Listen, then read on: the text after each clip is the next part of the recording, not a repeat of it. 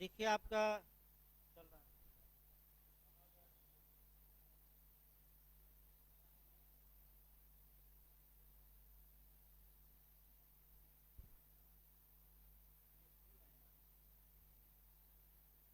देखिए वायलिन को वहाँ से तेज करिए।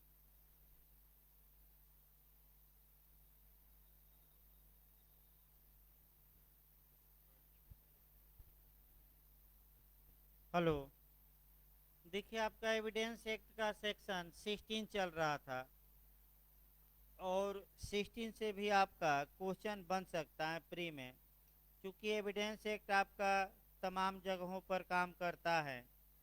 तो जो साक्ष्य अधिनियम है, फिर एक बार बता दिया जाए, प्रयास आप ये करिए कि एक एक छोटी छोटी बात जानिए, और एविडेंस एक्ट में आपका जो टेक्निकल क्वेश्चन बनते हैं वो भी जानना पड़ेगा, और एविडेंस एक्ट का सभी सेक्शन पढ़ना पड़ेगा।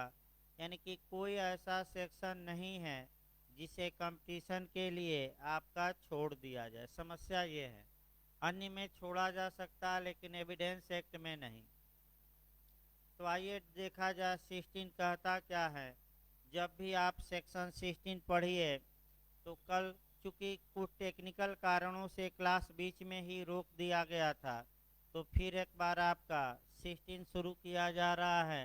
पहले कुछ को रिलेट करके पढ़ना है। आपका 16 पढ़िएगा सेक्शन 16 के बाद आपका जो पढ़ना है, जो आपका झारखंड जे में एक बार क्वेश्चन आया है अंदर से, वह आपका आया है एविडेंस का सेक्शन 114, यानी कि 114 का दृष्टांत नंबर जी पढ़ना है। दृष्टांत नंबर भी पढ़ना, दृष्टांत नंबर आया था। फिर आपका जब भी धारा 16 पढ़िए, तो इसी के साथ एविडेंस एक्ट की धारा 32 का क्लाज 2 पढ़ना है, और इसी के साथ यानी कि रीड विथ या सपठित कहा जाता है, इसी के साथ सेक्शन 34 को भी पढ़ना है, और 35 को भी। तत्पश्चात जो प्रिंसिपल या सिद्धांत सेक्शन 30 सेक्शन 16 में है, वह भी पढ़ना है। और धारा 16 में आपका या 16 में दो इलस्ट्रेशन दिए गए हैं, दोनों इलस्ट्रेशनों पर गौर करना है, और दोनों इलस्ट्रेशन जिस केस पर आधारित हैं वह केस भी आपको याद करना पड़ेगा। यानी कि केस भी आपका पूछा जाता है, तो दो दृष्टांत हैं, और दोनों जो उदाहरण हैं वह किन किन केसों पर आधारित है, इसको हम बताएंगे।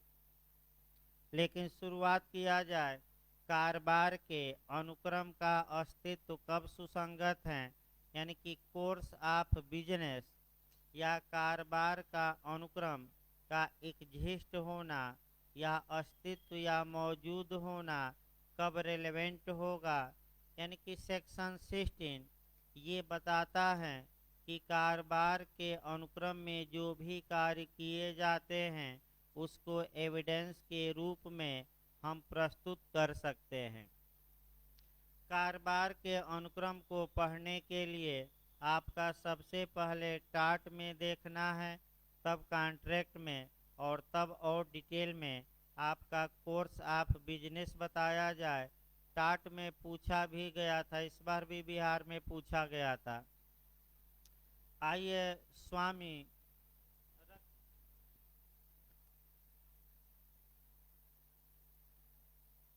आइए देखा जाए स्वामी तथा सेवक सबसे पहले देखा जाए। अगर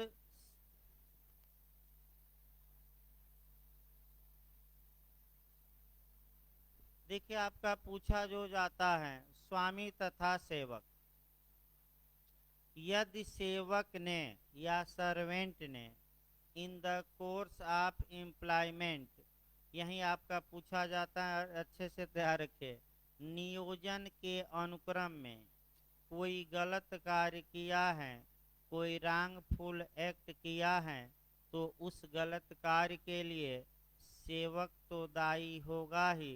सेवक से मुआवजा तो वसूला ही जा सकता है, उस कार्य के लिए उसका प्रिंसिपल या मालिक भी दायी होगा। यानी कि इसका मतलब ये हुआ कि मालिक और सेवक की जो लाइबिलिटी होगी वह सेपरेट भी होगी और ज्वाइंट भी। तो स्वामी सेवक के संबंधों में जो बिहार में क्वेश्चन आया जे में टाट में हायर एंड फायर, ये पूछा गया था कि हायर एंड फायर का प्रिंसिपल किससे रिलेटेड है, तो स्वामी सेवक। हायर का मतलब हुआ कि सेवक को कौन अपॉइंट कर सकता है, नियुक्त कौन कर सकता है। और फायर का मतलब हुआ कि सेवक को कौन उसकी सेवा से रिमूव कर सकता है, टर्मिनेट कर सकता है, बर्खास्त कर सकता है। यानी कि कुल मिलाकर एक लाइन इतना बताने का मतलब ये हुआ कि अपकृत्य में अगर सेवक ने अपने नियोजन के अनुक्रम में कोई गलत कार्य किया है तो मालिक उसके लिए क्या होते हैं, जिम्मेदार, और सेवक भी जिम्मेदार होगा। दूसरा आपका चलना है कॉन्ट्रैक्ट से। कॉन्ट्रैक्ट का सेक्शन 182 हम उठाते हैं। भारतीय संविदा अधिनियम की धारा 182 में एजेंसी या अभिकरण को परिभाषित किया गया है। एजेंसी का मतलब ये होता है कि प्रमुख तथा एजेंट या अभिकर्ता का रिलेशन, ये बिहार में पूछा जाता है ज़्यादा। यानी कि प्रमुख तथा अभिकर्ता के संबंध को ही एजेंसी या हिंदी में अभिकरण कहा जाता है। यहाँ भी आपका नियोजन का अनुक्रम आएगा in the course of business. यदि एजेंट ने in the course of business कोई एक्ट या ओमिशन किया है, कोई कार्य या लोप किया है, तो उस कार्य या लोप के लिए एजेंट तो उत्तरदायी होगा ही, मालिक भी उत्तरदायी होगा। इसलिए जो कारोबार का अनुक्रम है वह काफ़ी महत्वपूर्ण होता है और इसी कारोबार के अनुक्रम के अस्तित्व को मौजूद होने को आपका सेक्शन 16 में रेलेवेंट बनाया गया है, अर्थात धारा 16 में सुसंगत या प्रासंगिक या उचित बनाया गया है। अब आइए धारा 16 पहले देखा जाए कि बेयर एक्ट क्या कहता है, तब आपका और कोरिलेट किया जाए। देखिए भाई, बेयर एक्ट की भाषा, कारोबार के अनुक्रम का अस्तित्व कब सुसंगत है। तो जबकि प्रश्न यह है कि क्या कोई विशिष्ट कार्य यानी कि स्पेसिफिक एक्ट किया गया था, तब कारोबार के ऐसे किसी भी अनुक्रम का अस्तित्व जिसके अनुसार वह कार्य स्वभावतः यानी कि सामान्यतः स्वभावतः किया जाता सुसंगत है। यानी कि आपका जब न्यायालय में डिस्प्यूट ये हो कि क्या कोई स्पेसिफिक एक्ट या विशेष कार्य किया गया, तो ऐसी दशा में आप एविडेंस में यह दिखा सकते हैं कि हजूर बिजनेस के अनुक्रम में in the course of business ऐसा कार्य स्वभावतः किया जाता है, अतः यह कार्य भी किया गया होगा। तो अब कारोबार को दो भागों में बांट लेना है। एक कारोबार या बिजनेस होता है प्राइवेट और दूसरा बिजनेस होता है सरकारी। यानी कि एक कार्य होता है प्राइवेट और दूसरा कार्य कौन होता है, सरकारी। तो अगला क्वेश्चन 16 से ये बन सकता है कि धारा 16 प्राइवेट कारोबार के अनुक्रम को रेलेवेंट बनाती है कि सरकारी कारोबार की दोनों कारोबार। तो आपका जवाब रहेगा दोनों। भाई दोनों मार्क कराइए। अब यानी कि सेक्शन 16 का जो आपका सेक्शन 16 का जो सिद्धांत है या धारा 16 इस सिद्धांत पर आधारित हैं कि सभी कार्य उचित रूप से किए गए होंगे यदि उसे कारोबार के अनुक्रम में किया गया है। अनुचित नहीं, कैसे? सही ढंग से। अब जहाँ तक कारोबार के अनुक्रम की बात है, अब कारोबार के अनुक्रम में आपका जो इलस्ट्रेशन दिए गए हैं, दो उदाहरण दिए गए हैं, और यहाँ से भी आपका क्वेश्चन बनता है। अभी हम कोरिलेट करेंगे, पहले 16 हो जाए पूरा। देखिए, आपका कारोबार के अनुक्रम में जो दो दृष्टांत दिए गए हैं, इसको भी आपको कवर करके रखना है। जो पहला इलस्ट्रेशन है 16 का, वह प्राइवेट कारोबार से है। किस कारोबार से? प्राइवेट। और जो दूसरा इलस्ट्रेशन है वह किस कारोबार से है? सरकारी। फिर आपका क्वेश्चन बनता है कि जो पहला दृष्टांत है वह किस केस पर आधारित है और दूसरा दृष्टांत किस केस पर आधारित है। तो जो पहला दृष्टांत है वह हेथरिंगटन बनाम केन, हेथरिंगटन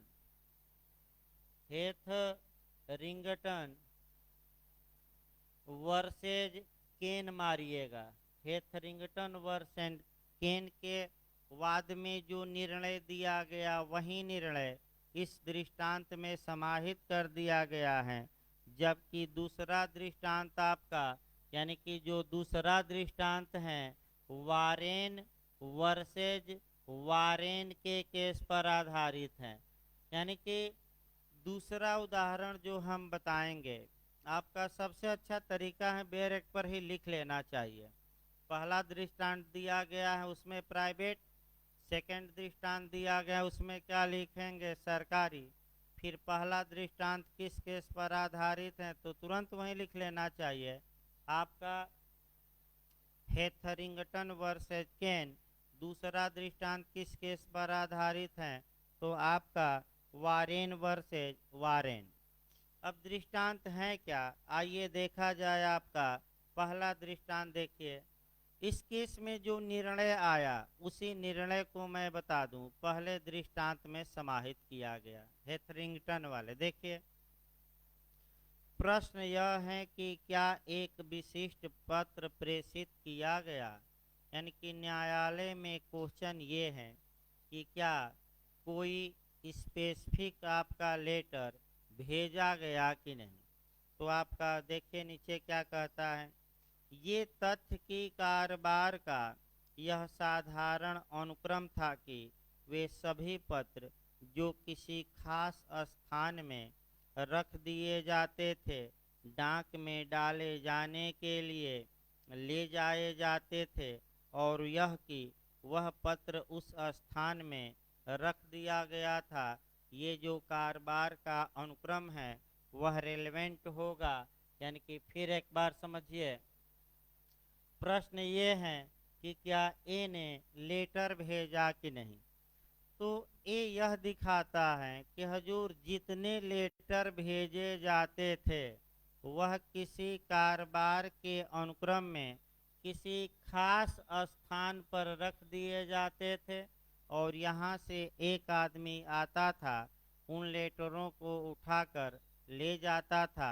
यानी कि एक उदाहरण दूसरा देखिए, मान लीजिए एक प्राइवेट स्थान है, वहाँ एक बॉक्स रखा गया है और जितने भी लोगों को लेटर भेजना रहता है उसी बॉक्स में क्या करते हैं, डाल देते हैं। तो अगर कोई व्यक्ति ये दिखा दे कि in the course of business हमने इस बॉक्स में लेटर क्या किया था, डाल दिया था, तो ये माना जाएगा कि वह लेटर क्या किया है, मैंने कारोबार के अनुक्रम में प्रेषित कर दिया है। ये प्राइवेट कारोबार हुआ और ऐसा निर्णय किस केस में आया तो हेरिंगटन बनाम केन। अब एक सरकारी कारोबार भी देख लीजिए, लेटर वाला ही, पहले उदाहरण दे दिया जाए तब डायरेक्ट बताया जाए। सरकारी लेटर और आसान है भाई। मान लीजिए कि लेटर बॉक्स है, आप गए और लेटर बॉक्स में अपना लेटर क्या किए, कारोबार के अनुक्रम में डाल दिए। अब वहाँ से डाकिया आता है उस लेटर को पोस्ट ऑफिस ले जाता है और वहाँ से छटनी करके क्या करता है, भिन्न भिन्न स्थानों पर भेज देता है। तो जैसे ही आपने बॉक्स में लेटर छोड़ दिया, इसका मतलब ये हुआ कि आपने कह सकते हैं कि कारोबार के अनुक्रम में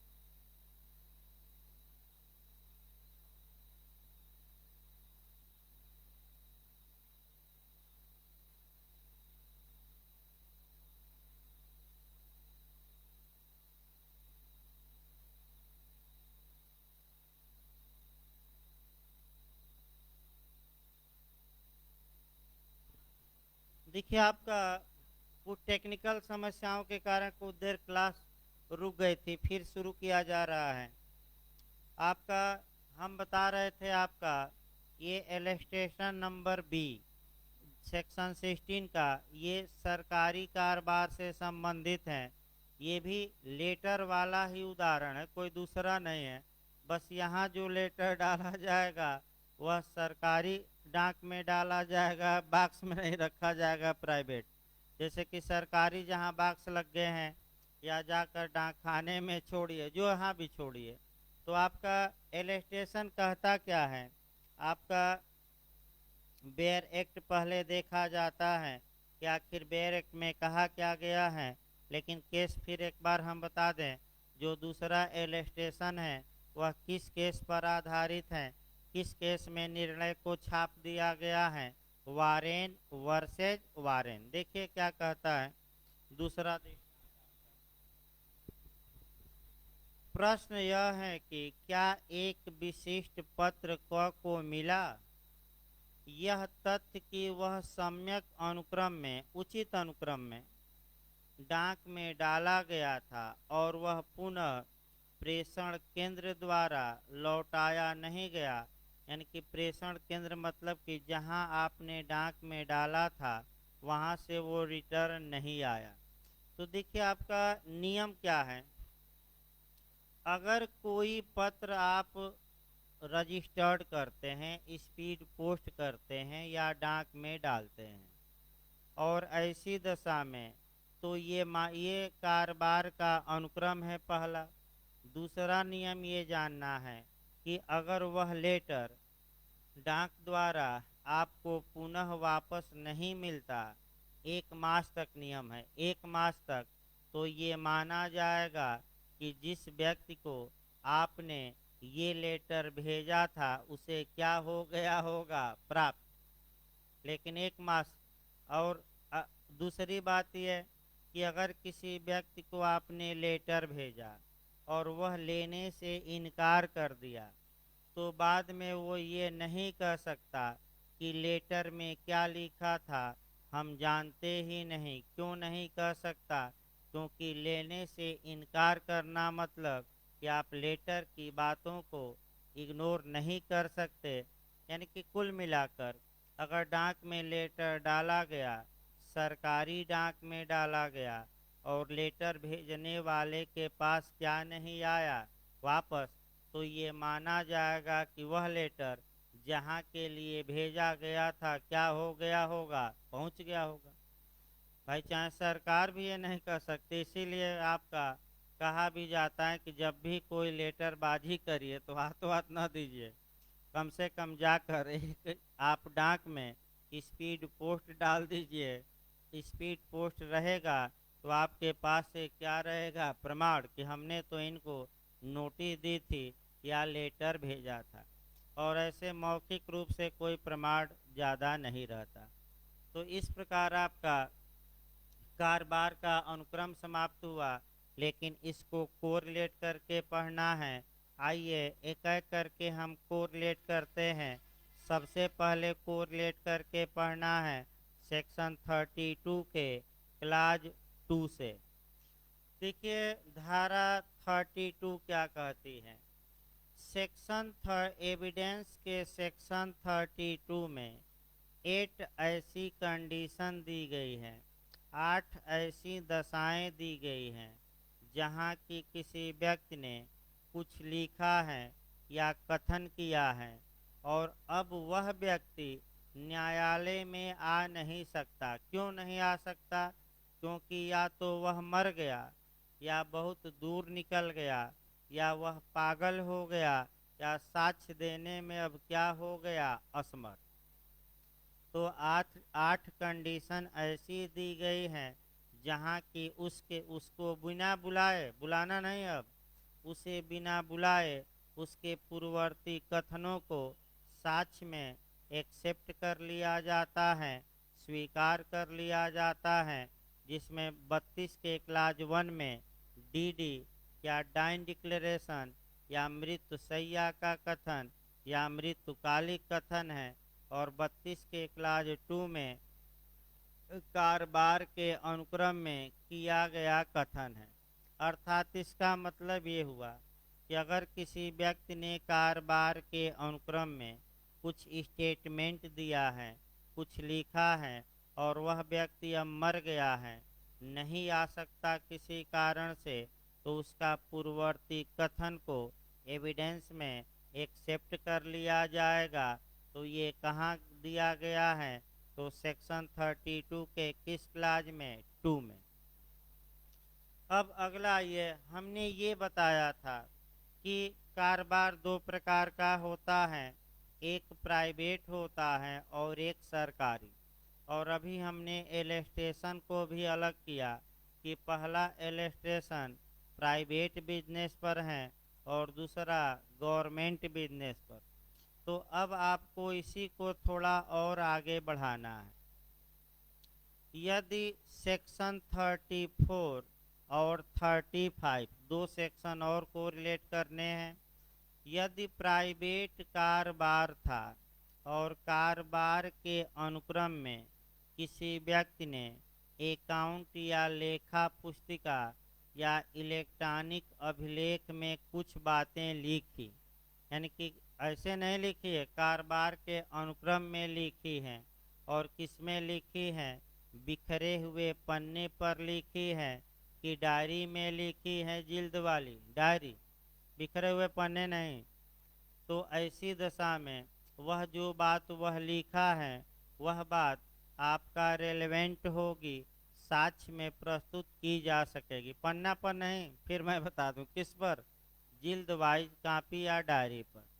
अगर यही कार्य आपका किया गया है और यह कार्य किया गया है सरकारी अनुक्रम में, तो वह किस धारा में रेलेवेंट होगा? 35। अब एक उदाहरण देखिए। एक व्यापारी है, पहले 34 का उदाहरण एक बताया जाए।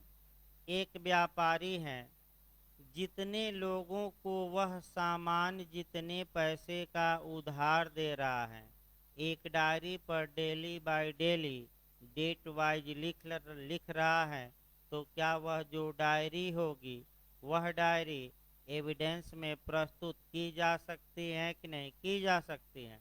तो प्राइवेट कारोबार रहा कि सरकारी? प्राइवेट।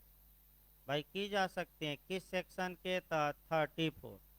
यही कार्य अगर सरकारी विभागों ने किया है तो वह किस सेक्शन के तहत जाएगा? 35।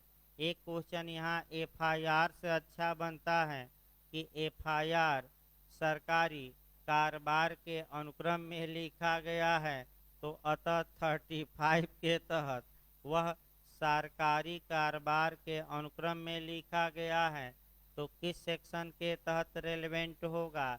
35 भी, भाई एफआईआर भी। अगला आइए आपका प्रिजम्पशन देखा जाए। ये जो क्वेश्चन अब बताया जा रहा है, मैं फिर बता दूं, झारखंड जे में ये क्वेश्चन आ चुका है। कारोबार का अस्तित्व के बारे में प्रिजम्पशन या अनुमान लगाना या उपधारणा किस सेक्शन में है? तो 114 के दृष्टांत नंबर पूछा गया है, दृष्टांत नंबर जी में है। किसमें? यानी कि जब कोई कार्य कारोबार के अनुक्रम में किया जाता है तो ये माना जाएगा कि कारोबार के अनुक्रम का पालन किया गया होगा। पालन नहीं, क्या किया होगा? पालन। देखिए तमाम उदाहरण है जो आगे हम बताएंगे आपका। वे उदाहरण एक तो अडवाणी जी पर बताया जाएगा, दूसरा मोदी जी पर, जैन हवाला कांड भी है। तमाम उदाहरण यहाँ आगे कवर होंगे जिसको कि आपको और अच्छे से जानना पड़ता है, लेकिन एक उदाहरण हम सेक्शन 34 पर बता रहे हैं, आगे तो हम बताएंगे ही आपका डिटेल में। देखिए अभी आपका मैंने एक उदाहरण लेटेस्ट हम बताते हैं जो अभी आया था। प्रशांत भूषण जी ने, जो अधिवक्ता हैं आपका सुप्रीम कोर्ट में, सभी लोग जानते हैं, उन्होंने कहीं से एक मैंने आपका फैक्स का लेटर पा लिया, एक कागज पा लिया। उस कागज में ये दिया था कि जब हमारे पीएम यानी कि मोदी जी गुजरात के मुख्यमंत्री थे, उस समय रिलायंस कंपनी ने उनको डोनेशन दिया था, यानी कि धन दिया था चुनाव लड़ने के लिए, जो भी हो। अब इस बारे में केवल एक कागज प्रस्तुत उन्होंने किया, तो सुप्रीम कोर्ट ने ये कहा कि भाई हम कैसे एसआईटी पीएम के खिलाफ बनाएं। ये जो आप कागज पेश कर रहे हैं जो साफ भी नहीं है, क्या इस आधार पर हम पीएम के खिलाफ इन्वेस्टिगेशन का आदेश दें?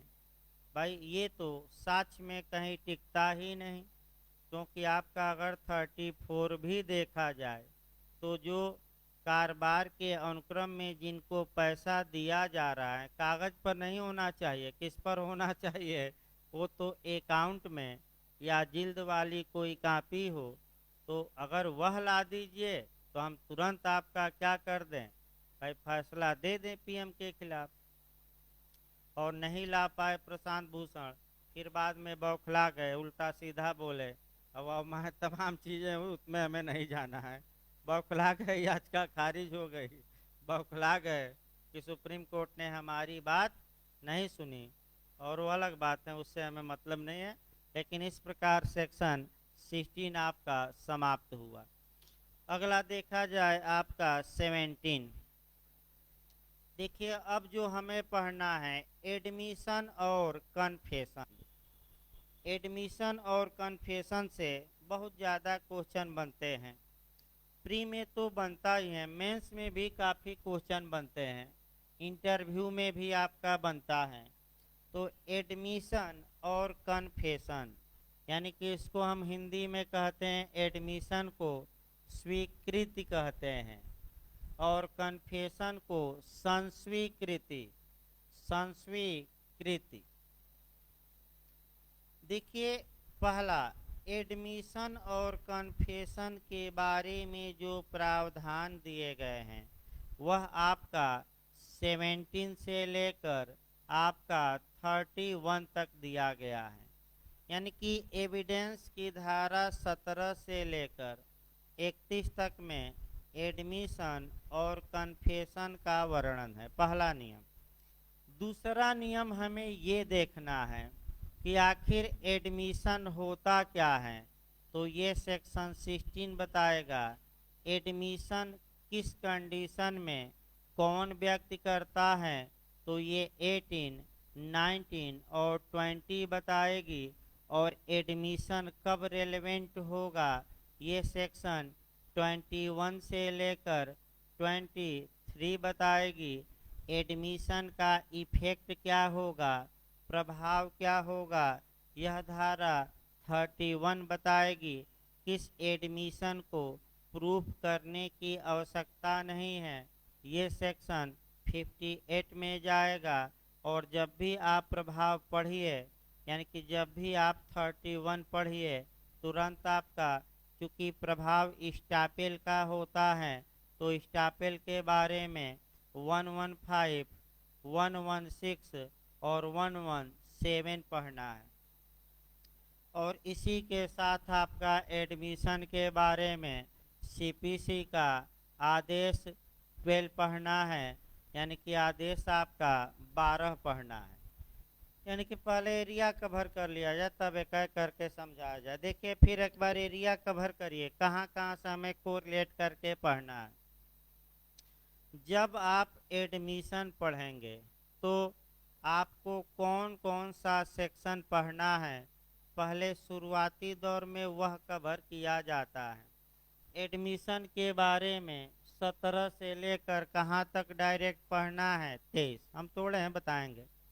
इसके बाद एडमिशन या स्वीकृति का इफेक्ट कहाँ दिया गया है, 31। और इफेक्ट चूँकि स्टापेल या विबंध होता है, तो ऐसी दशा में आपका सेक्शन स्टापेल के बारे में प्रावधान 115, 116, 117 में है, ये देखना पड़ेगा। फिर आपका 58 ये कहता है जुडिशियल एडमिशन या न्यायिक स्वीकृति। और स्वीकृति के बारे में जो सीपीसी में हमें पढ़ना है, वह आपका पढ़ना है आर्डर 12 में, यानी कि आदेश 12 में। इसके बाद आपका सेक्शन जो 24 से और 30 तक, यानी कि जो आपका 24 से लेकर और 30 तक जो सेक्शन है, वह कन्फेशन के बारे में है, संस्वीकृति के बारे में है।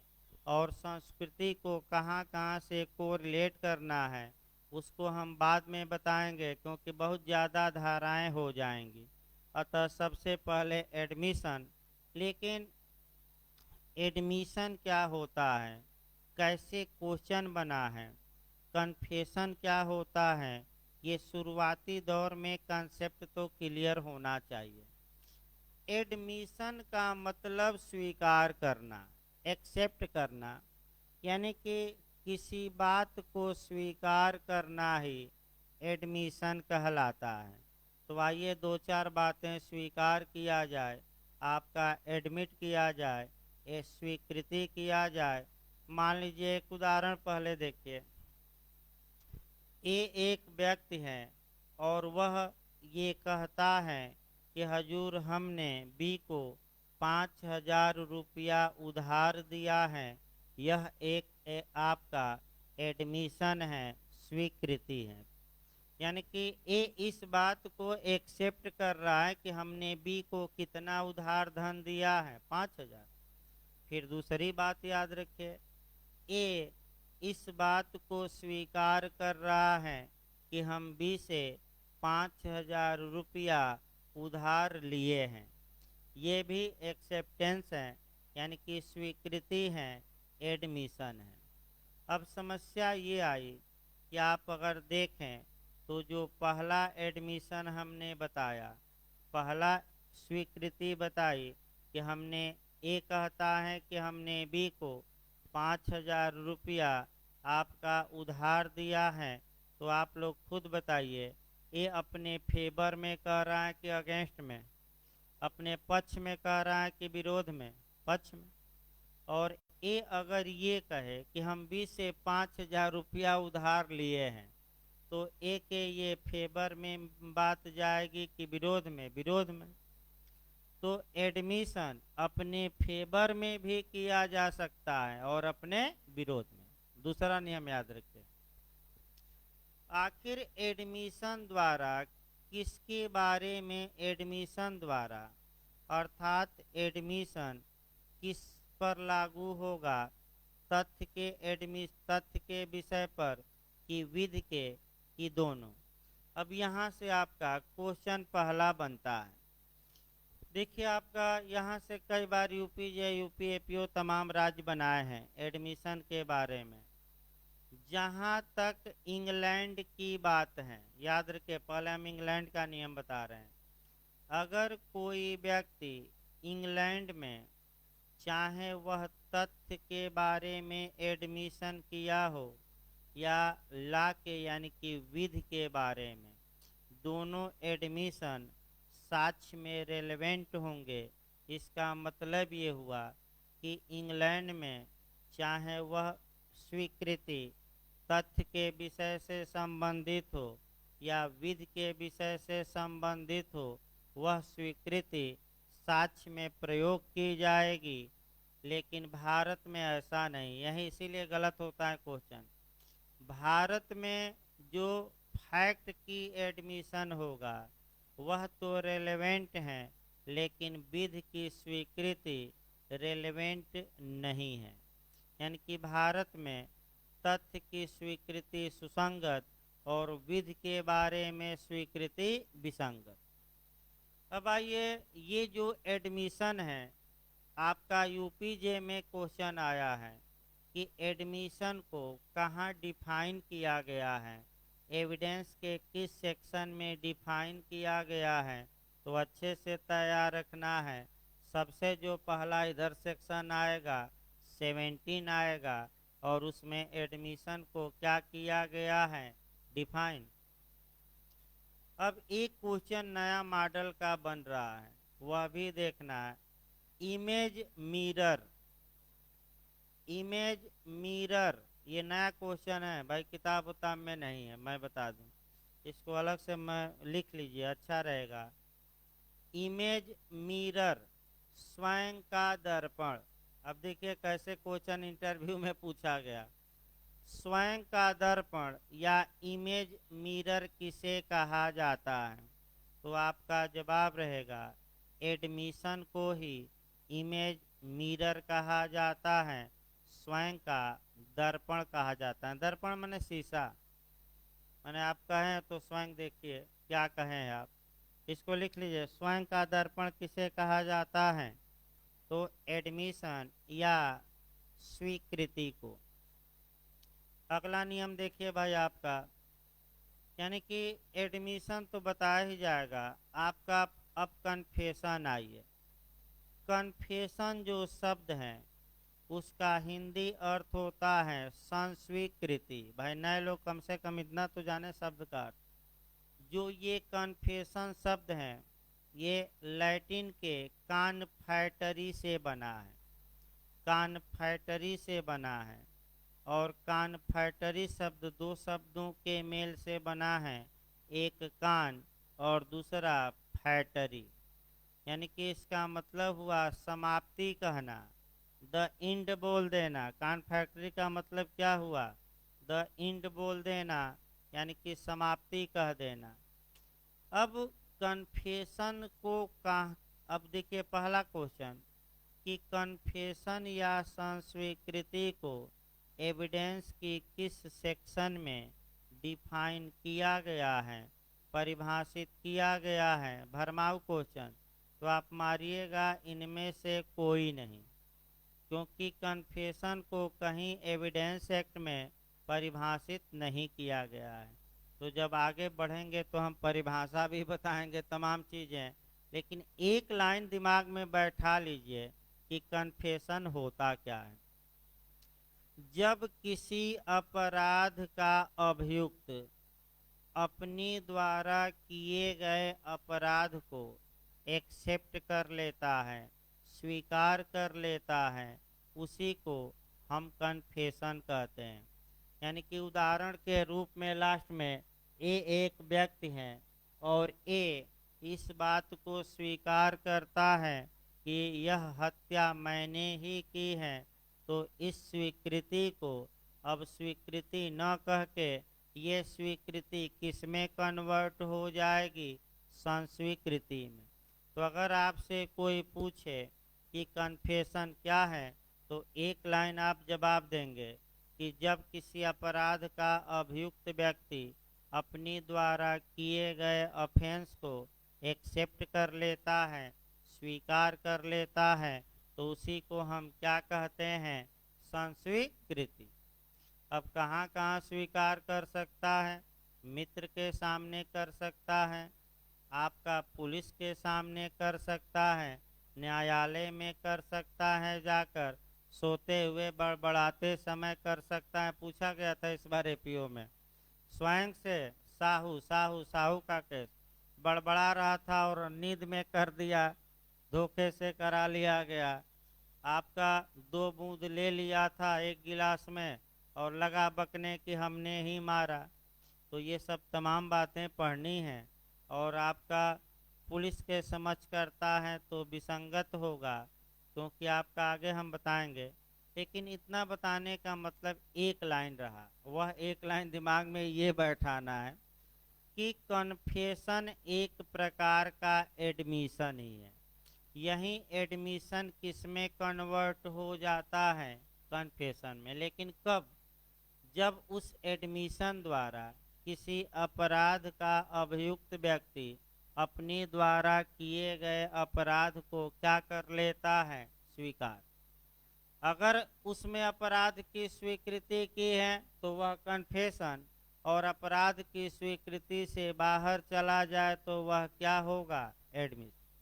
यानी कि लास्ट में प्रत्येक एडमिशन कन्फेशन नहीं होता, लेकिन प्रत्येक कन्फेशन क्या होता है? एडमिशन। क्यों? क्योंकि भाई अपराध किसी में स्वीकार करेगा, किसी में नहीं करेगा, और जिसमें नहीं करता, जैसे हम पहला उदाहरण बताए कि ए ने कहा कि हम 20 से 5,000 रुपया उधार लिए हैं, तो इसमें किसी अपराध का किया जाना वह स्वीकार नहीं कर रहा है, तो ये एडमिशन ही रह जाएगा। लेकिन इसी में कहता कि मैं ए से 5,000 रुपया उधार लिया हूँ, अब बार बार मांग रहा है, इसलिए हमने जान से मार दिया, तब तो जो जान से मार दिया स्वीकार कर रहा है वह कन्फेशन, और 5,000 रुपया मैं क्या लिया था? उधार, वह क्या हो जाएगा? एडमिशन। भाई कन्फेशन तक पहुँचेगा ही नहीं। तो अभी आपका चूंकि 1 घंटा भाई समय भी हो गया, पता भी नहीं चला, तो अभी आपका 10 मिनट बाद उत्तराखंड पुलिस एक्ट चलेगा भाई, बता दिया है।